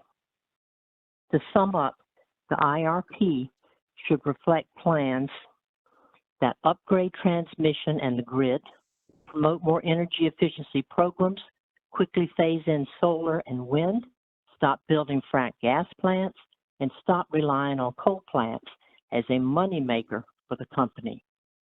Also, commissioners, will you verify the cost of batteries and fracked gas plants in the IRP? The experts tell us that Duke has overestimated both. Let's not repeat the mistakes of the past. Duke was warned for decades about the dangers of coal ash, but only after the catastrophic Dan River spill was an effort made to store coal ash correctly. And still, as residents of Wilmington can tell you, coal ash spilled into the Cape Fear River from the Sutton plant during flooding from Hurricane Florence. Prior commissions did not exercise their regulatory power over Duke Energy, which could have protected citizens from the coal ash debacle. I ask the Commission, are you going to approve an IRP that includes burning coal until 2039? The Commission must demand a better accounting from Duke Energy for the Integrated Resource Plan now under consideration. The onus is yours. The citizens of our state are depending on you to guide Duke Energy to supplying green energy in North Carolina's future. Thank you. Thank you. Do we have any questions? I do not see any questions, Ms. Endo. Thank you so much for your testimony this evening. Thank you. Our next witness is Mo Davis. Yes, I'm here. Thank you. Do you solemnly and sincerely affirm that the testimony you're about to give tonight will be the truth, the whole truth, and nothing but the truth? I do. Yeah, my name is Mo Davis. I live at 125 Wandering Oaks Way in Asheville. My energy provider is Duke Energy Progress. I'd like to address this issue from three different perspectives. First, until recently, I was an administrative law judge at the U.S. Department of Labor in Washington, and I spent the bulk of my time doing black lung hearings for coal miners in Southwest Virginia, Kentucky, and West Virginia. Most of those miners came into the hearings pulling oxygen tanks in order to breathe to get there. I retired to Asheville, and when I got here, one of the big issues was the coal ash. So I've seen what coal does from the extraction point to the end point. And there is no clean coal. I appreciate Duke's efforts to eliminate their coal-powered plants so they can do it faster, and it would be in the interest of the country and our public health. The second perspective is as a customer of Duke Energy Progress. We put in solar when we moved here. The Duke Energy rebate really helped offset the cost. That with the federal tax credit made it economical. I'm really proud that in the last month in April, we generated 1.38 megawatts of power here at our house. We put 3 times as much power into the Duke grid than we took out. Duke is reducing the amount of the rebate. When we got ours back in 2020, it was $600 per kilowatt. and now it's been reduced by a third. Energy, green collar jobs are the future, and it's our path forward here in North Carolina. And Duke retreating on this issue is inconsistent with our future. And the third perspective, I'm a retired colonel. I spent 25 years. I was born and raised here in North Carolina and left to serve in the military, what I did for 25 years and retired as a colonel. I find it offensive that Duke Energy's Political Action Committee has supported and is supporting members of Congress who supported the insurrection. I was the Democratic nominee for the congressional seat here in Western North Carolina. I was proud to be supported by the Sierra Club and not by Duke Energy. Duke Energy supported my opponent, who was one of the speakers on January the 6th at the rally that led to the insurrection to try to overthrow the Constitution. I understand Duke's argument that it's their shareholders and their employees that contribute to the Political Action Committee, but it's Duke's imprimatur that goes on that. Duke is a monopoly. I have no choice but to buy my power from Duke. And the money I pay them helps to pay their shareholders and their employees. That money goes into the PAC and helps support the insurrection to try to overthrow the country. And I find that offensive. It's unlike other companies. Charles Schwab, for instance, supported the insurrection. And I was able to move my money from Charles Schwab, but I can't quit Duke Energy because it's a monopoly. So as a public utility, I find it offensive that as a ratepayer, part of the money I pay goes to help overthrow the government of this country. So I really appreciate hearing the comments of the other speakers tonight, and it's encouraging. And I hope that the absence of questions from the commission tonight isn't an indication that this is just a dog and pony show to appease the public. One of my final jobs in the military was as chief prosecutor for the military trials for the terrorists at Guantanamo Bay. And I resigned over the issue of torture, and I've paid the price for it ever since. Today, Liz Cheney paid the price for telling the truth. But if you're in public service, you shouldn't be in it if you're not willing to lose your job in order to serve the public. So I hope the commission will take their duty seriously and serve the public and put that ahead of the profit of Duke Energy. Thank you. Thank you, Mr. Davis. Are there any questions? Okay, I did not see any questions, Mr. Davis. Thank you for your testimony and sharing your views with us, and thank you for your service to our country. Thank you. Our next witness is Nancy Neely. Me. Ms. Neely, do you solemnly and sincerely affirm that the testimony you are about to give tonight will be the truth, the whole truth, and nothing but the truth? Yes. My name is Nancy Neely, and I live at 11130 Johnson Davis Road in Huntersville, North Carolina. Our provider is Energy United. The decisions and direction of Duke Energy impact all of us in this community and way beyond. So I appreciate the opportunity to speak this evening. And I extend heartfelt thanks to the Utilities Commission for allowing all of the citizens who requested time to speak to do so. As I imagine that this is a significant time commitment for you, and time is precious. So my comments will be brief. I have not listened to all the testimony, but I'm sure that my thoughts echo many who have spoken. I do not feel that Duke's IRP is aggressive enough in combating climate change by shutting down coal plants fast enough, and I'm opposed to replacing them with natural gas. I want to see movement towards renewable energy sources in the near term. We need a nimble, innovative approach. I have a dream, and don't worry, it's not as long as MLK's. I have a dream that Duke Energy will step up to show our nation and the rest of the world how to pivot, how to innovate, and how to modernize our power grid and convert to clean energy technologies. Imagine a power company that chooses to step up to our climate emergency with true leadership and bravery. and imagine if that was Duke Energy. Imagine the pride and sense of accomplishment of the talented and devoted Duke Energy associates, and imagine the cleaner, safer world we can hand off to our children and grandchildren if the right decisions are made now. I urge you to use your power to encourage Duke Energy to create a plan that will address our concerns and make us all proud. Thank you. Thank you. Are there any questions? Thank you, Ms. Neely, for coming and sharing your thoughts with us tonight.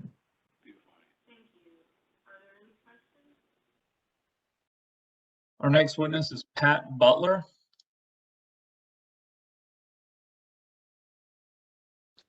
Hello?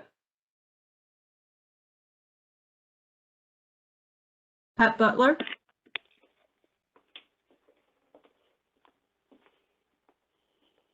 Are you on the line? Who? Okay. Who? Who's been called? Pat Butler? Yes. Okay, Ms. Butler, do you solemnly and sincerely affirm that the testimony you're about to give tonight will be the truth, the whole truth, and nothing but the truth? Yes, I do. Wonderful. And if you can begin your statement with your name, address, and your service provider, please.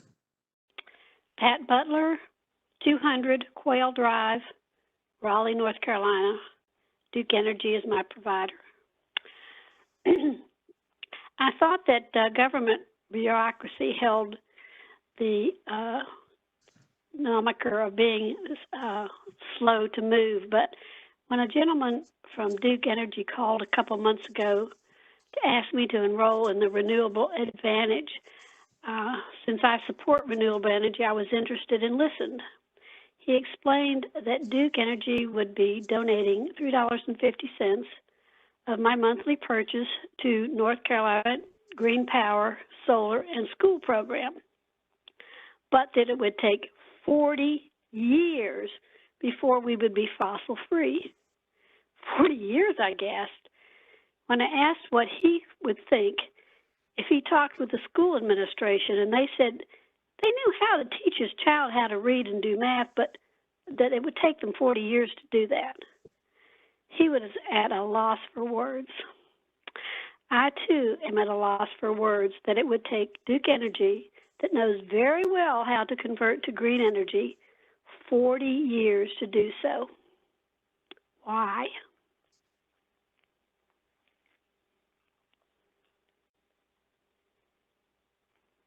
Ms. Butler, is that the end of your statement? That's it. Thank you. Do we have any questions?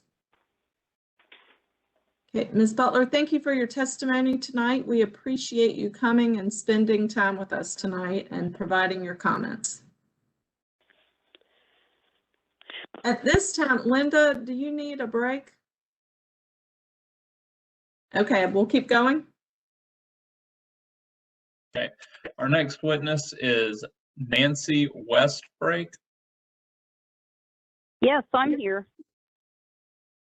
Hello, Ms.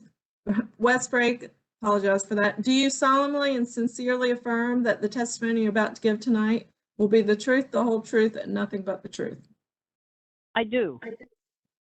Thank you. Please begin your statement with your name, address, and service provider. My name is Nancy Westbrake. That's WEST-BRAKE.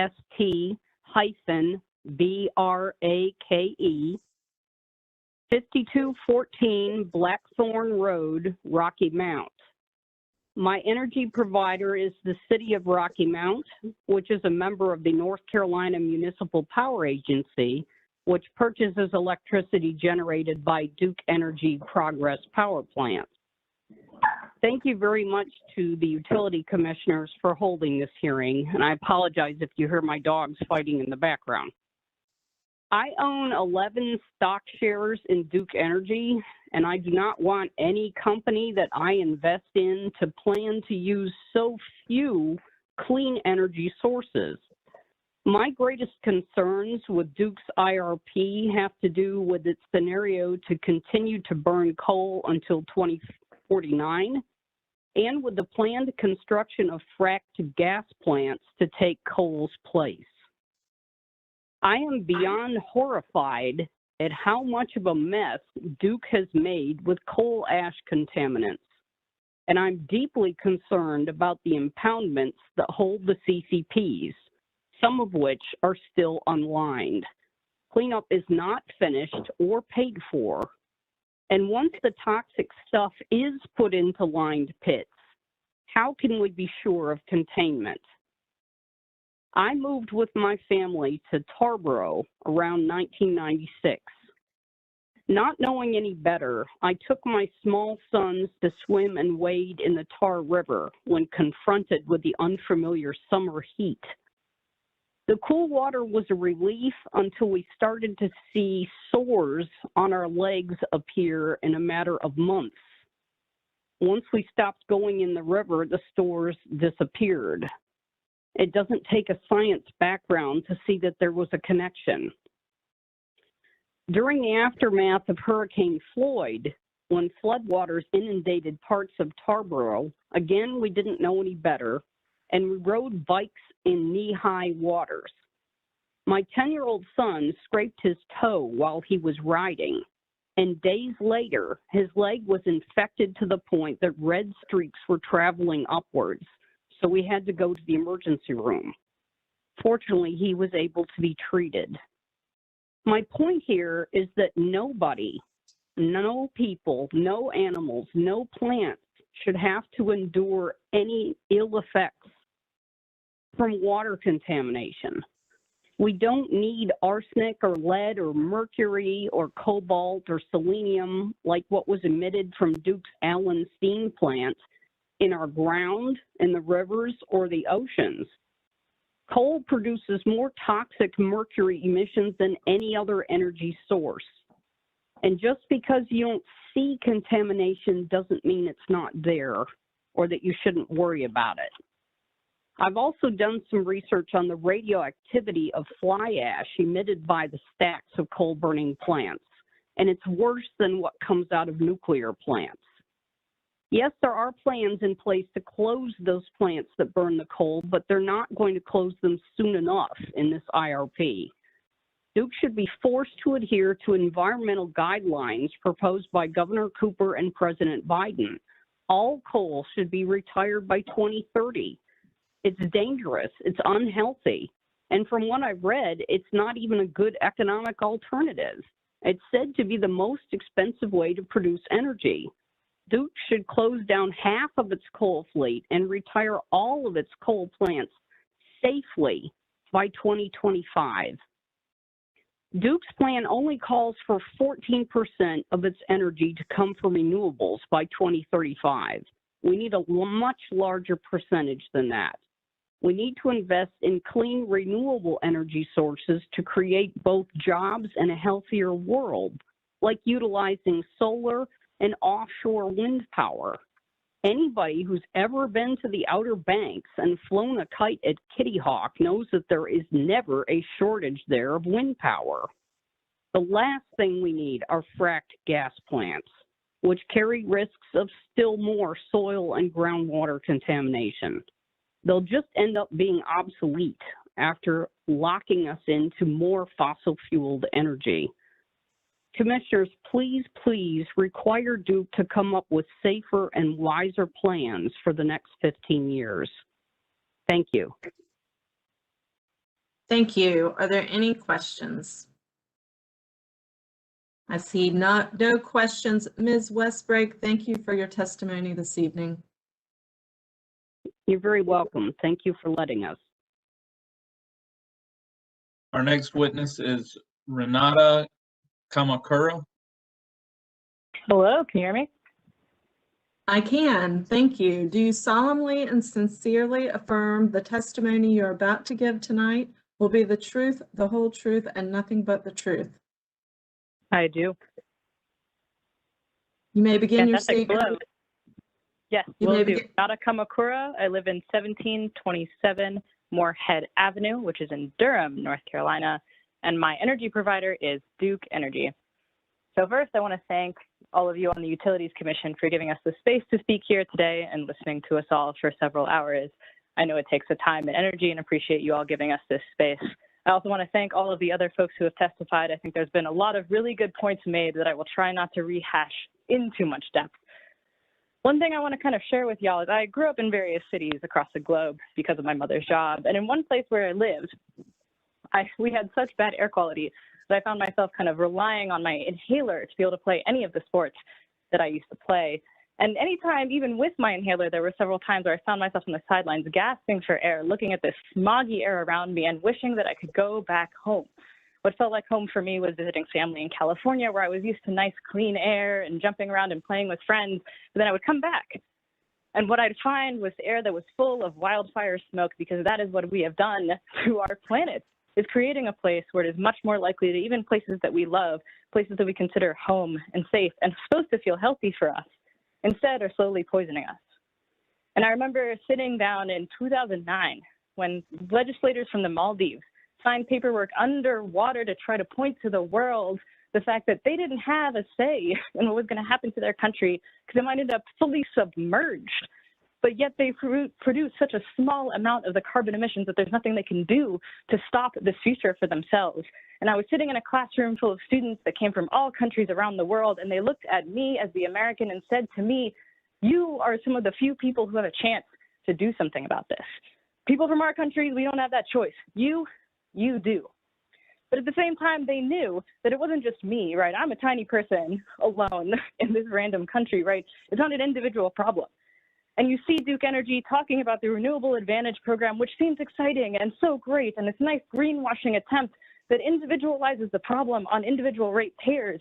When you have a utility that is showing a plan in front of you today that would have them at least continuing coal plants, if not building new gas-burning plants for years into the future, despite being in a state where there is a goal of reducing our carbon emissions by 70% by 2030, and with a president who said that we were going to cut at least by half our emissions by 2030, and somehow that all just goes flying out the window, and they say, oh, don't worry, we'll get it some other way, with perhaps individual ratepayers choosing to make these decisions by themselves.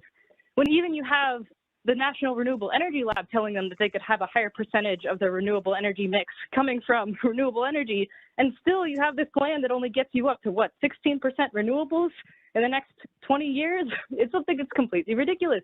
And what you see is you have options like using these zero-emitting load-following resources, or ZELFers, that are somehow magically going to get us to this place where we won't be relying as much on fossil fuels, which is technology that doesn't even exist yet. And we have in front of us solar power, we have wind energy, all of these other things that people have already shared that could move us in a direction that would help our communities in North Carolina, our communities across the globe. And somehow we are not moving in the direction that is already in front of us. And so today I know there's limitations on what this committee can really do, but there's an opportunity to make a very public and big statement to push this utility to do more, because they know they can. They know they can. And to push to make sure that they don't get all these public money to build more plants that are suffocating our communities, putting coal ash in places and causing asthma, if not more, to our communities in North Carolina. So I'm asking y'all to take a stand tonight and in the future for our communities in North Carolina and beyond. Thank you very much. Thank you. Any questions?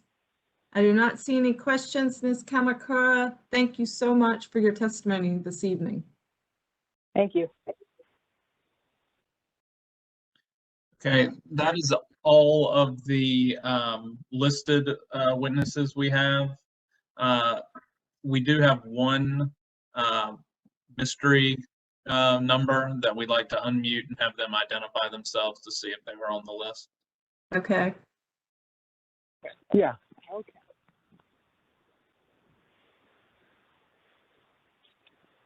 Hello?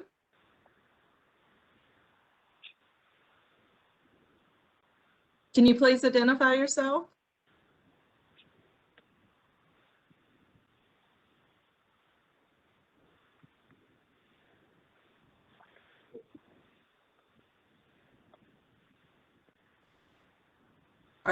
Is the speaker unmuted?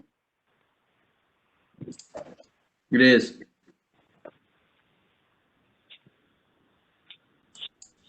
Okay, I'm hearing no response. So have we concluded with all of our speakers for the night? No, you haven't. Okay. Who is speaking? Hello? Yes, can you hear me? This is Roger Helm. Roger Helms? I can hear you.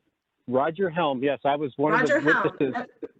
Okay, Mr. Helm, do you solemnly and I'm going to give you the oath and then let you provide your testimony. Do you solemnly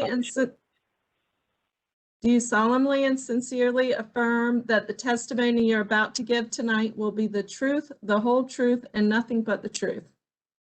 I do. Okay, when you begin your statement, if you could state your name, address, and electric provider before you begin your statement.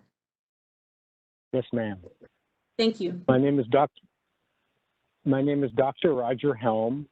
I live at 93 Sevier Street in Asheville, North Carolina. My energy provider is Duke Progress. I want to echo. May proceed. Thank you. I'm going to try to be as brief as possible. I want to echo so much of the wonderful testimony you've already heard and just say, boy, people did their homework and they did a wonderful job, apparently unlike Duke in doing their homework. So well done, students. Well done, senior citizens. Well done, citizens. Well done, representatives that ran for office here in our area. Fantastic job. I'd also like to thank the commission for opening up this hearing to all the testimony, which I'm sure you all know in great detail, because I'm sure you've been hearing it from the other evening sessions that you have been willing to listen to. So thank you for that. I guess I have two primary comments. One is, if Duke Energy, which has been doing a lot of good things in many ways, I'm sorry, I'll stop to give you some background on myself. I am a PhD biological ecologist. I work for the U.S. Fish and Wildlife Service for 25 years, working on the effects of the releases of oil and chemicals on natural resources. So the bookends of my career are the Exxon Valdez oil spill in 1989 and the BP Gulf spill in 2010. So I've been doing a lot with energy, and I understand the industry fairly well, and I understand that things happen. It's a very difficult industry, and us as citizens, we use a lot of energy, and these companies have to produce energy for us. So we're all culpable in where we are now in this climate crisis that we face.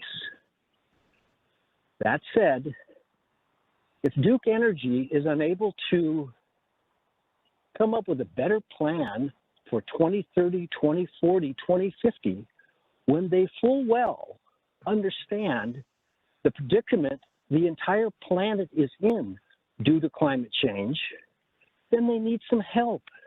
They need to reach out to others that can help them develop a much, much better plan than they have put on the table. So I hope that when the commission rejects their plan, which is what I hope, that they reach out to people that can give them much better advice to come up with a much, much better plan that looks at renewable energy and gets way away from coal and natural gas, way before the deadlines that they have established, which are doom our planet. The second thing I want to say is to the commissioners yourselves. What a difficult, difficult job you have. What a difficult time in history you have taken to be in this position where you are a regulatory body in charge of an energy producing company that is not recognizing the coherent threat that their plans, which are just archaic, put on the table. And you guys know the right answer here. You've been hearing it in spades. You probably knew it before the first person testified. You know how difficult this is right now that the world is facing. There's no way we can go forward with coal and natural gas. No way. We have to turn to alternative sources of energy. And so you know that. And I just hope you have the power and the gumption and the soul to make the right decision. Because I think making the wrong decision would haunt you forever. And I just think it'd be a terrible place to be in that position. So I really wish you the best in making the best decision for North Carolina and for the planet, because we need the best out of you to get much, much better out of Duke. Thank you so much. Thank you, Dr. Helm. Are there any questions for Dr. Helm? We appreciate you coming out and testifying tonight. Mr. Josie, are there any more callers? That is all.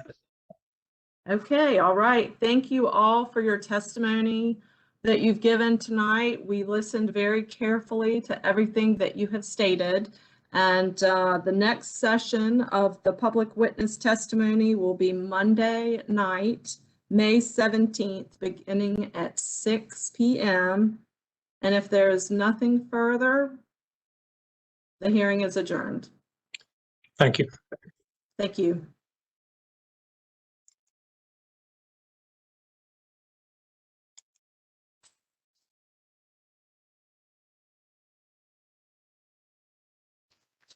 Thank you, John. Thank you, Linda. Thank you, Adam. No problem. You have a good evening. You too. Thank you. You're very welcome. Thank you.